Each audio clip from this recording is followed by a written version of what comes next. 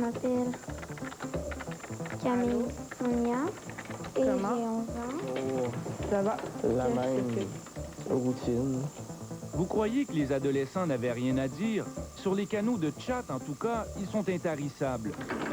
Allez voir taper furieusement sur leur clavier. On réalise en fait qu'ils ont un urgent besoin de s'exprimer. Ça me procure un bien de jaser, de communiquer avec les autres au lieu d'être tout le temps renfermé, d'avoir rien à faire. Selon un sondage de la firme Angus Reid, le Canada est le 5e pays dans le monde où les adolescents utilisent le plus le chat. 67 % le font de la maison et 10 % de l'école. Ce sont les filles de 12 à 17 ans qui chattent le plus. Pourquoi ne pas utiliser un téléphone, vous dites-vous? C'est si simple. Rapport, répondrait votre ado. Quand tu parles au téléphone, tu peux juste parler avec 2 personnes à la fois, maximum, mais sur le chat, tu peux parler avec 10, 11 personnes. Parce qu'on est habituellement moins gêné à taper sur un clavier que parler à quelqu'un. C'est comme moi, je parlais avant au gars que j'aimais, puis je disais plein de trucs, mais je n'étais jamais capable de lui dire en pleine face. À un âge où il est si important d'avoir des amis et si difficile de s'en faire, le chat est devenu l'outil miracle. Tu peux mesurer 4 pieds 11, puis être tout plein de boutons, ou, tu sais, puis il n'y a pas personne qui va rien te dire, tu sais, ils vont te parler pareil. C'est plus facile, l'approche, qu'à la cafétéria. J'ai eu une copine qui habitait à Québec, que j'ai rencontrée sur Internet. Et que ça a créé plein de relations, puis à un moment donné, bien, ça peut aboutir à de quoi. J'aimerais te connaître. Là-dessus, il y a plein de monde, il y a des milliers de gens. Que c'est plus facile là, connaître des gens là-dessus. Ça me permet d'apprendre des fois ce que le monde ailleurs font. C'est ça que j'aime, c'est parler avec du monde de différents endroits, différents pays, puis d'apprendre des choses d'eux. On le voit, le chat comble de nombreux besoins chez les adolescents, tellement que certains en sont devenus accros. Selon une étude récente, 9 adolescents sur 10 au Québec passent en moyenne 12 heures par semaine sur Internet. Ça ne laisse plus grand temps pour les devoirs. Dominique Arpin, TVA, Montréal. Bravo, M. Arpin. Reportage original et fort intéressant. Garou, maintenant. Il est passé du liquor store de Magog à la célébrité internationale en devenant le Quasimodo Notre-Dame de Paris, vous le savez, mais célèbre dans une troupe. C'est pas comme être célèbre tout seul. Ben, ça y est, il lançait aujourd'hui son premier album solo. Vous pensez qu'il est vraiment seul?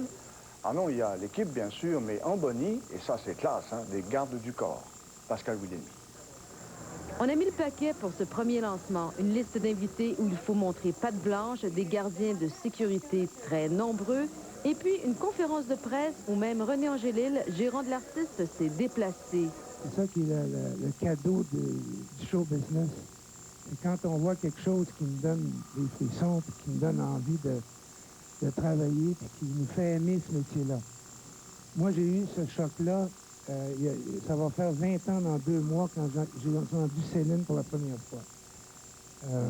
20 ans, ça passe vite. Sincèrement, je pensais pas connaître cette émotion-là ou ce choc-là, encore une fois. Je n'attendais que vous, spécialement aujourd'hui.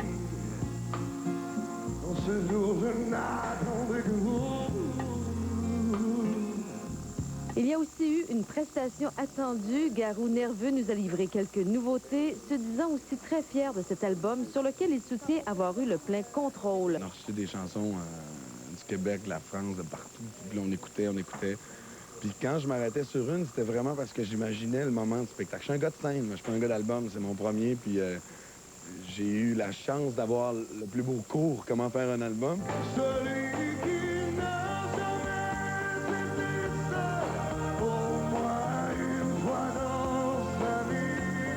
Le Gatsen débutera sa tournée au Québec le 5 février prochain. Il s'envolera par la suite vers la France au printemps et un album en anglais devrait suivre d'ici quelques mois.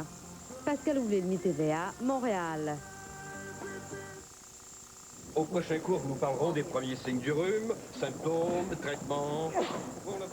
Tu commences un rhume? Moi, je recommande la formule Bénila. Bénila, le médicament contre la toux le plus recommandé par les médecins, présente sa formule à base d'herbes pour soulager les premiers symptômes du rhume. Le Bénila, première défense à base d'herbes médicinales. Votre première défense au premier signe d'un rhume. Voici ce qui peut arriver si vous placez votre argent dans un seul produit de placement. Alors que dans les...